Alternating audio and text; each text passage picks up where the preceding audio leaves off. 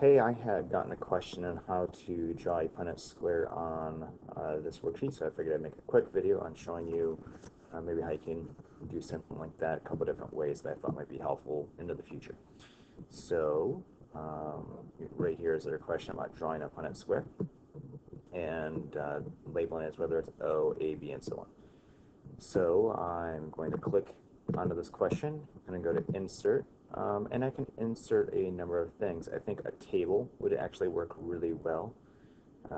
So I think that the table, we would want it to look something like this. I can, shorten this thing up a little bit if I want to, just to make it look a little better. I think I'm going to do that on my master copy here. So I think for anybody else who opens it up now, that should work. And so you can put in the alleles for the parents here.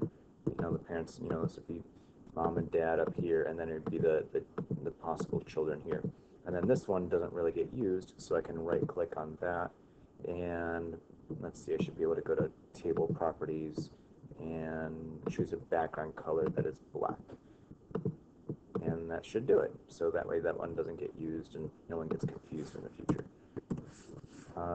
You can go ahead and type in there if you want to do any sort of subscript. Of course, you can always choose a subscript. Let's see, that would be somewhere up here, but I'm not going to waste too much time looking for that sort of thing at the time. That might be under format if necessary. But regardless, there is another way to do it too, and this is just something I figured I'd show you guys. So let's say that I wanted to insert an actual drawing. So I can go to Insert, and I can insert a drawing. I can do a new drawing, and you could actually draw it directly in here. So let's see. So if you wanted to make anything here, you can do that in a number of ways. You can, by default, it's going to be here in this line section. So if you wanted to, you could make your Punnett square thing just like this. Get the idea. Okay, and then the parents would go up in this area, and if you wanted to, you could, let's see, you could just scribble, and so can, okay, I've got A up here, B, and oops, there we go. Looks ugly, but you see the idea of what you can do with it. And there's just a number of things you can go for from there. So then let's say that I wanted to actually enter this. I should just be able to save and close. I think that should work.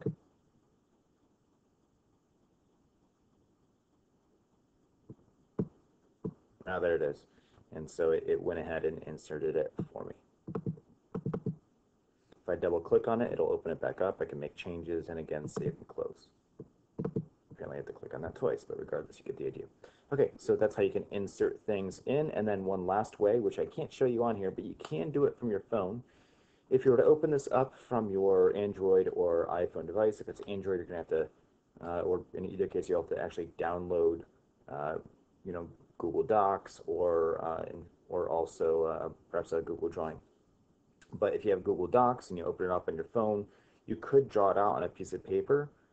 You can go to the insert segment from your phone, and you can take a picture of it with your phone and just go ahead and insert it directly there from that Google Doc app on your phone. You would have to have the Google Doc app, though, on your phone to do that. So hopefully that's helpful for anything that we are working on in the future in terms of inserting things. So there's several ways to go about it. You also can use the webcam on the computer itself as well. Now that I'm thinking about that, so you can do an image, you can, upload from your computer, whatever. You can even use the camera. Oh God, this might go bad. Yep, I'm gonna allow to use my camera.